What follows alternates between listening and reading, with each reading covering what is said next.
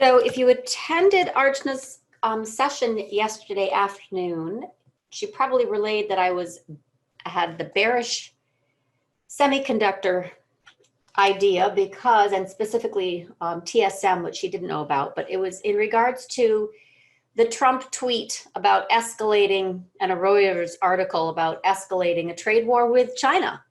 So no sooner do we get Powell yesterday to come out and speak of infinite Fed programs to backstop the market and corporate and municipal bond buying of unlimited amounts if needed.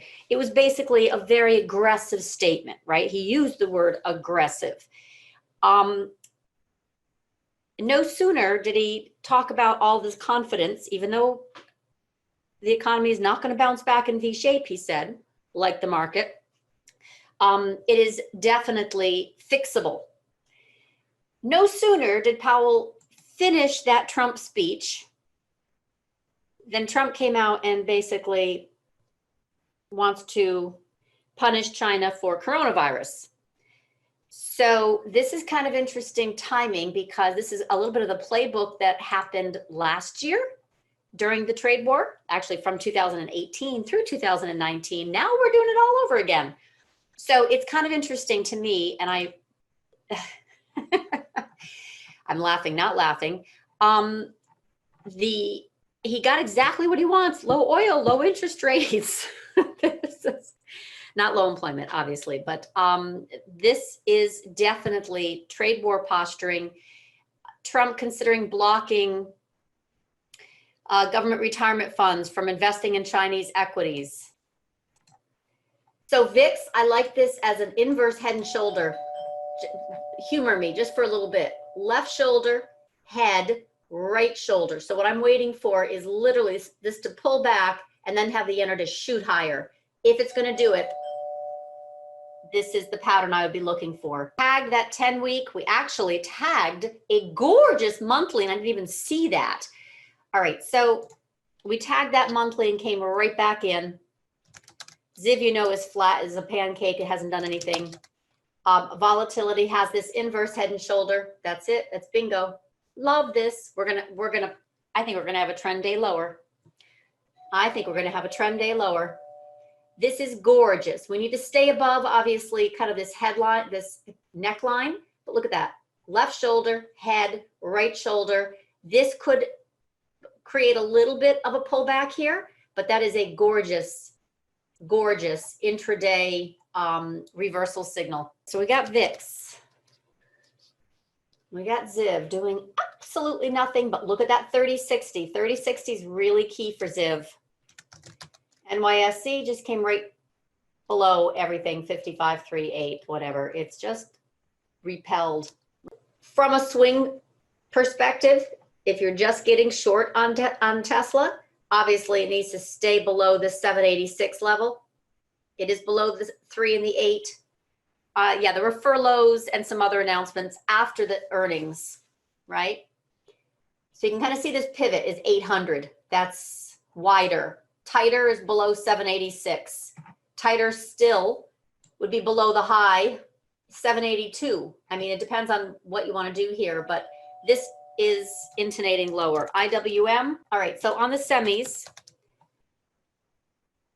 would be below 133 because obviously it just broke down at a really nice level. But if it gets back above this trend line, which is that, 21 week, I mean, we're talking swing here, it's 134. This is a lot of support right here, but this is a gap down below a weekly level and 3 and 8 escalating potentially, unless he talks that completely back. This was a gap down on an intraday and it grinded lower the whole day. Now we've got this basic, back to congestion thing. The tricky thing is, this is where I think this was, bear food and they got their head handed to them. Same thing, bear food. I think the third time's actually the charm. I think this one's going to fail. Too much resistance. Do you know what I mean? That's right now my thinking. TSM depends on what time frame, but that to me has a look of also at the 21 week, just like SMH failing. Taiwan Semiconductor, it's kind of a China play, if you will, and it is below a trend line. So TSM yesterday had some a good looking break of this 53 down to 50, so $1. It's there. Let's see, Tesla is weak. Yep, ROKU is weak, but it still hasn't broken this whatever this level. What is this price? 114. Yes, I said 118 to 114 for ROKU, and then we'll see. 118 to 114. Shop, doesn't that look like a nice rollover? Look at that, that is gorgeous. Boom. All right, so Shop is engaging to the downside. Even though intraday doesn't look so exciting, on a daily, that looks nice. What's the high? Let's say 628. Shop below 628. Tesla is definitely losing it. I am curious if this is going to be a nice play for a Friday lotto. Archna, what looks good? Oh, it's kind of dangerous. Anyone who did this into Friday probably made 10 times. Crazy. Because 5% is a good amount on a Friday lotto. Are they buying calls? They are. The $700 puts for $2. We'll see what they do, but they're way too close in time. I know. Next week, better. So this looks headed down to the 700 magnet. So we did pull back from this kind of 30 week to the 100, and that's a pause, but it's not a break. That's the break. If we break, that's what I'm looking for. So we didn't have very much of a pullback here. We came right into the 7 and 17 and then moved strongly higher. So I'm trying to get this 30 week exactly. There we go. So this, on the other hand, came in for 10 o'clock and has broken the 7 and 17. Doesn't mean we can't bounce, but this is what I'm looking for a continuation short. So this is weak. This is neutral. VIX obviously is bullish, so that's in the camp of short. ZIV hasn't given up 30.60, but that's really important. And it looks a little bit like we have a gap fill here. Nope, we don't have a gap fill. So I think we're going to come down and tag this still. So I'm still seeing weakness for today. By the way, it needed a moment to really think about this. So the indicators, I look like counting cards, right? I have 5 intraday that I primarily look at. So right now, some are neutral, some are bullish, some are bearish. But the point is, for the overwhelming, VIX is bullish, so therefore that is 1 for short. ZIV is neutral, but it's sitting on the 30.60, which is really important. It breaks here, we can flush down. So I'm saying this is neutral, but to me it looks bearish. So I'm gonna just not so strongly consider that, because it's been sideways for quite a while. NYSE is heavy. It hit resistance. I'm actually gonna put that in red because it's a monthly, right? Okay, it's down below the 10 week. It has a nice pattern here for a pullback to at least the 21, probably lower. It hasn't filled the gap yet. So this to me also says bearish market. Got some more to pull down. The 2 other indicators that I use, one is volume. We clearly have some distribution, but not massively, and it is on support. It's neutral to bearish. And then this one, which has not broken or reversed, or however you want to put it, is totally neutral. In fact, this is neutral to bullish.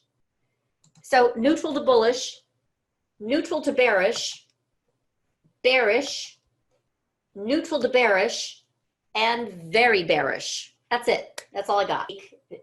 Semis are important as leaders. There's, to me, danger that we're going to have this domino, that's the word, thank you very much, domino into other sectors.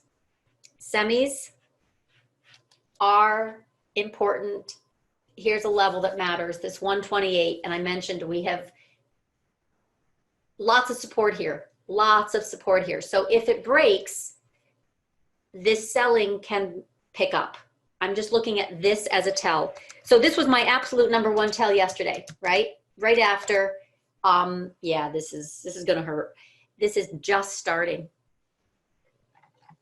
This looks like a phenomenal, scary chart. Scary chart, scary chart, scary chart, $1 higher. Whatever the dollar right now looks to be doing in its lower little realm, it's to me a complete fake out. It's gonna reverse hard. NVIDIA still has a magnet for 21-day support. AMD blew through 21. Look at, whoa. All right, that's stunning. That's a Morningstar reversal on a weekly. That's a double top. That's the 10-week. Would not be surprised if we open below that. Okay, now wait a minute. There's one other potential. Low 5203.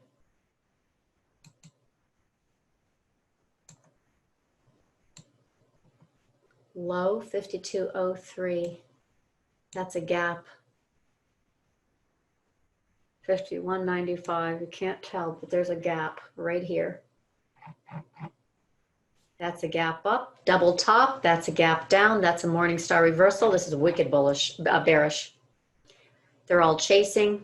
$52 puts look good. They're out of earnings. All right, so AMD looks especially bearish today, and here's why. Couldn't take out the high. More specifically, into earnings. Still couldn't take out the high. We have a Morningstar reversal if we close like this today, and I would say pretty strong chances we close like this today. It's on the 10-week, which hasn't broken, but that's a Morningstar reversal, which indicates one of two things happens. We bounce into 53 and then roll over. That's what this means. We can refill half of this candle, potentially. And I would say we probably don't get above 53. Or we just open solidly down on Monday and trade lower into this 55 area. One of the two would be my guess. It's bearish. This is a double top with a gap down. So we actually have two gap downs. I got to check that. 2 or 1. That's a gap down. And this, believe it or not, is a gap down. Closed at 52. I can do math, right? And the high is not 52. It's 51.95. So by pennies, by 8 pennies, this is a gap down. Below all the daily moving averages that matter, right onto a 55. Whoa, nice. Flushing. 4 minutes ago, he tweets that. See? He loves to play. He loves to play. Yeah, I don't know what to say about this guy. He's a playa. That is just a playa's move. Come to me. He's just fishing. Love it. Look at that. They're piling in now for the puts.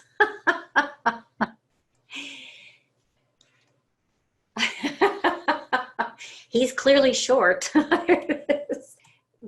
This monthly review that I did yesterday and posted today is again kind of a review. April sun, we had bullish action. March was the worst month ever. April was the best bounce ever.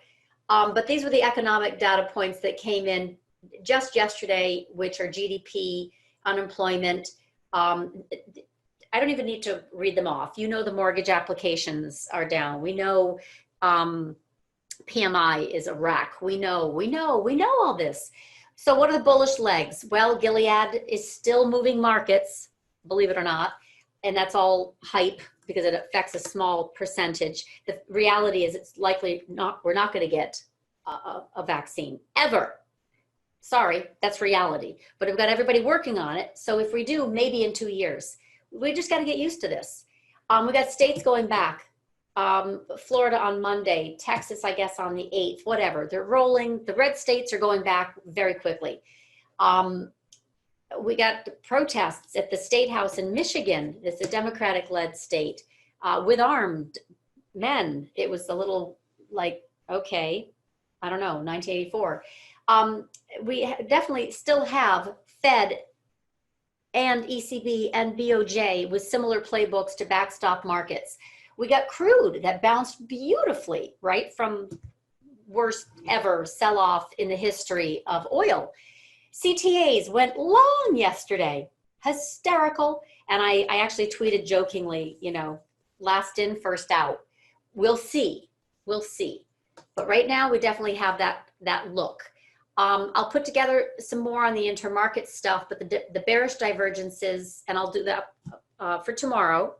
And I also have a macro piece, and you know, don't take this the wrong way, but sometimes I write for me, and it takes me a while to kind of like figure the concepts out. But China is a clear and present danger, not for nothing, but it is definitely, I think, worthy of my time to go in and kind of dig in a little bit more, because I had this theme a year and a half ago and I wrote about it on Seeking Alpha. And then I want to revisit that article, and it has to do with China listed shares, and it has to do with dollar yuan breaking out, and it has to do with China listed US securities, right?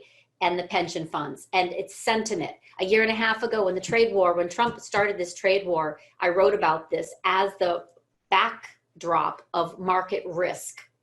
And now it's coming back again. So I want to revisit that because I think it's really now going to matter more. Anyway, we got credit spreads. I just showed you one example, right, where our B is moving into double B negative. It's just crazy. Bonds, gold, and dollar have not sold off, and right now I think dollar is going to be the risk higher. We're going to like just come in Monday and maybe it's popped up. I don't know. We'll see what happens. But to me, that is going to be a theme for the month. I kind of thought it was funny. Fed removed forward guidance. Okay. We got initial jobless claims. Painful again, like 25% of each state has their workforce unemployed.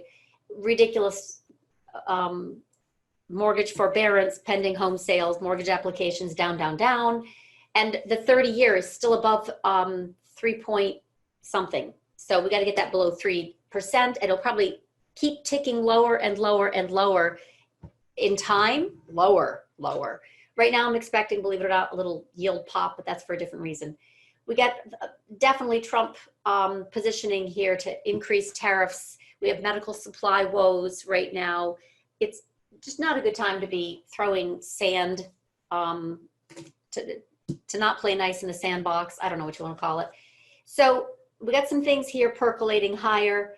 We got some statistics that show, yeah, we're just still going to be in some mean reversion, but also very volatile. And I've shown that in my intermarket as well. This is the deepest recession in 80 years that we have just entered into. Surge in unemployment, delinquency, and consumer spending. You saw that number this week. I also wrote about that above. It's ridiculously off the charts bad.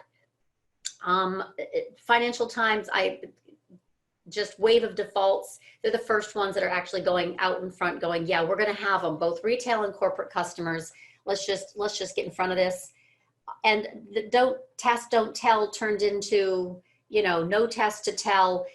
Suddenly coronavirus deaths are one thing, but the total reported deaths in certain hard hit states are 50% above normal, which shows that obviously there's some correlation here. Causation and correlation, they're just kind of being underreported. So we'll see what happens, but the momentum to value rotation worked for 2 weeks out of the month. We'll see if we get any follow through into the new month, but right now, no. Welcome to May Day and a headline risk that just created a big threat. And we've been here before, 2018, 2019, very choppy. That was the IWM reference I was making before. It was our biggest optimistic spike in small caps. And typically, or in the past, it has indicated some breadth, what's it called? Reversals, yeah, that. Pullbacks, We'll see. I still am looking at this incredible divergence here where, to me, it looks like rates are going to pop, but it hasn't happened yet. And I think this is the beginning of a trend change. I've talked about this already for the whole bloody month. Energy higher, tech lower. So we're going to see if that continues. This is XLE to SPX. It is extremely an outlier. I'm very curious if this is going to continue to move higher. So in other words, relative. Same thing with small caps and XRT. Back, last one for the month anyway, I had sent this on the 15th. And I said, okay, so here's a trend line where we tagged very strong support, right? This was the March 20th Friday. And then we had the Fed come in on the 23rd, and boom, we moved viciously right above this support level. Tremendous. Well, by the 15th, we had gotten up to the 50 week. Here is the 21 week, which is basically resistance.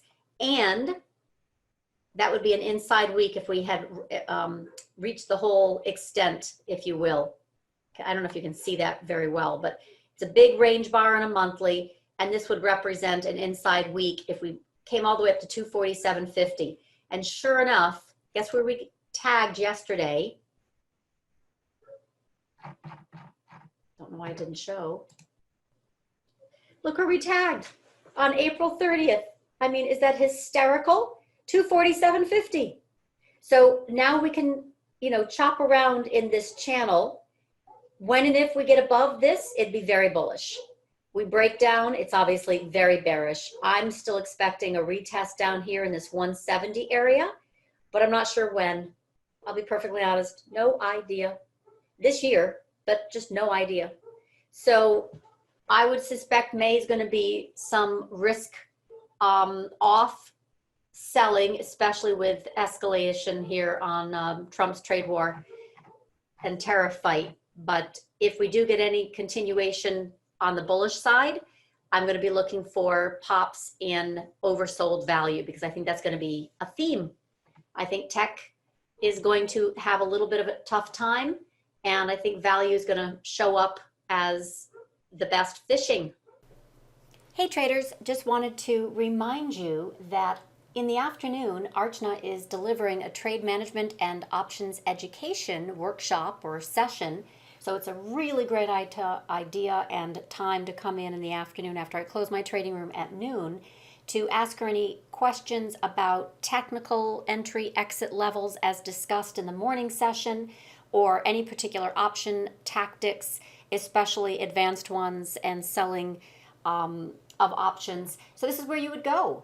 Just a new offering last week and this past week. So we are putting these live, as in you log in the same place you do in the morning, the live trading room, and then they will be recorded, and you can see Zeke has fashioned it so you know who is who.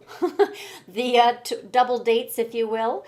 I do the morning session. Archna is doing the trade management and options education. We really encourage you to attend. It's also recorded, of course, in case you can't. The other mention was really would like your feedback of what you want more of, less of, both in the morning session as well as the afternoon session. In particular, you know, I'm doing my market moving news analysis and answering questions, but mostly actually going over that whole macro to micro theme. So I might not give that type of stop the market and just pay attention to particular trade setups, since I'm scanning and synthesizing a lot. But that's exactly what Archna does, is to drill into key trade setups, both from a technical standpoint as well as the underlying option tactics that can support your time frame, your risk tolerance, your experience. And if you could give us some feedback, you just click on this and there's a form, really quick survey that gives us an idea of how we're doing. So I just wanted to make that available to you and also remind you where it is and wish you a great weekend.